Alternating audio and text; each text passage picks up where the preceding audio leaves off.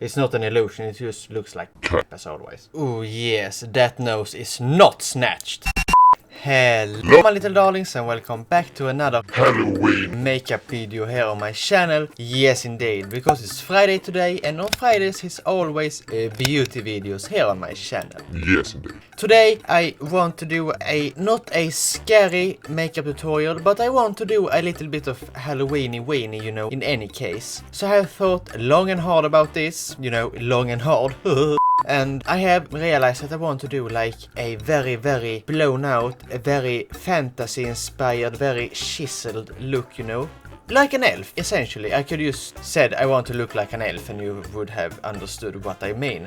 But I'm not talking about Dobby the house elf, I'm more talking about Legolas, the sexy elf from Lord of the Rings, you know. I just forgot the actor's name, but still, you know whom I'm talking about. Yes indeed. So let's get right into it, shall we? But before we do that, I will do my shameless self-promotion and beg you for pressing that like, subscribe and notification icon so you don't miss anything and so you can become a part of the DarlingSquad and the Digazmo family as well. Yes! Now it's starting, my little darlings. Whoop whoop! Today I will do a ethereal, elfish, you know, fantasy look, if I can manage it. I have tried this too many times already and it's just horrible when I am done, so the 10th time is a charm, as they say. Or not, the 3rd time is a charm, but the third time is actually the right word for it, because the 3rd time I did it, it actually looked like a giant turd on my face. But today I will be using this CN Q10 cream for men, which is an anti-wrinkle cream, and I will use that as a primer because I have so much redness on my skin and it's very dry, it's very wrinkly today because I have used so much makeup remover those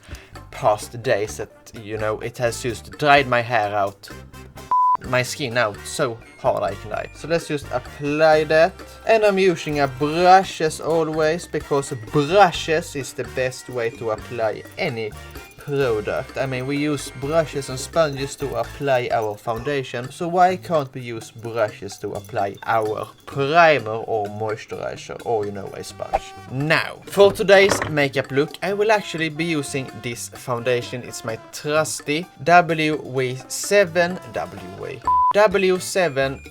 12-hour wear HD foundation, and it's a light coverage foundation. And before I use that, I will actually go in with some color correcting because I have very much redness going on around the nose area, and since that is not the most high coverage thing in the entire world, I will actually use some color correcting today. It's just a little wee bit, yes indeed. Green for redness, peach to neutralize blue tones, and yellow to neutralize dark patches. It's from Technique and it's not the best color corrector out there, but it does the job very good indeed. So I will just apply the green, and I'm using a little sponge applicator, and then I'm just patting it in place with my finger, and while I'm doing that I'm flipping you off. And of course you should not cake color corrector on, so when you put foundation on it will not look like you have already 2000 layers of makeup on, but it should just look like you have flawless skin. Yes indeed,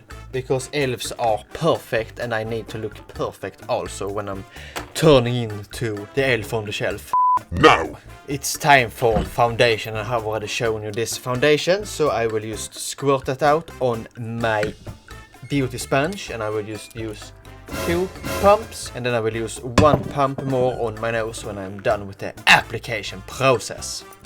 Yes indeed, now foundation is on and ready, and now I will go in with some concealer instead. And for today it's the Instant Anti-Age Erasing Concealer from Maybelline, because this is light, it gives a crease-free finish, and you want to look as flawless as Legolas when you are gonna do an elvish look. Yes indeed. So just glob that shit down to look your very best.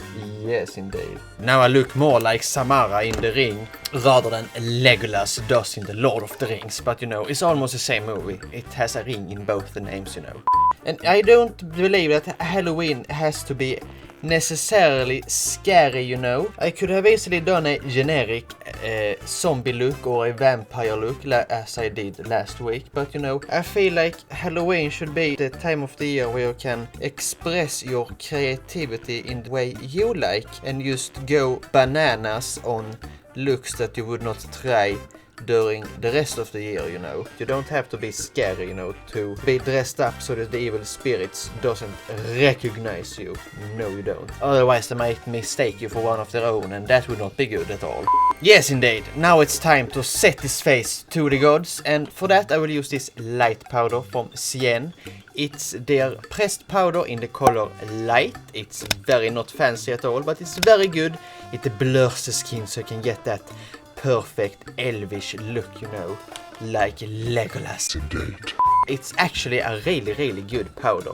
I didn't know such a cheap powder could actually blur pores, but it actually does, and I'm really impressed with that. Like that, my darlings. Let's zoom you right into my face. Yes, indeed, and to my huge potato nose. Yes, hello and welcome to my face, my darlings. Now, since this is an elvish looking look, I will try to get my eyes as snatched as I can get them. Yes, indeed.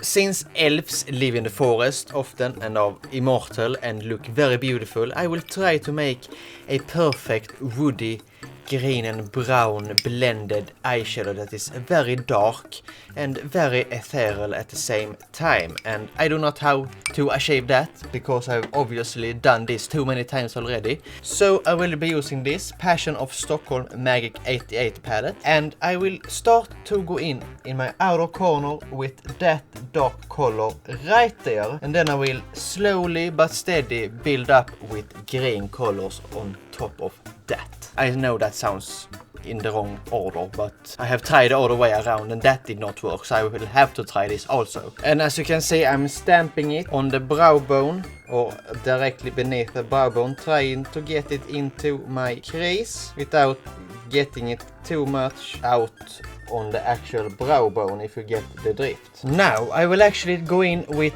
this more neutral dark green color, and I will tap as much excess off as I can, and I will try to blend that with the brown in the crease and the brow bone. That green was actually more pigmented than I anticipated. Since I want a more earthy look, I will actually try to go in with this a little bit warmer brown color right down there, and I will drag that in my crease.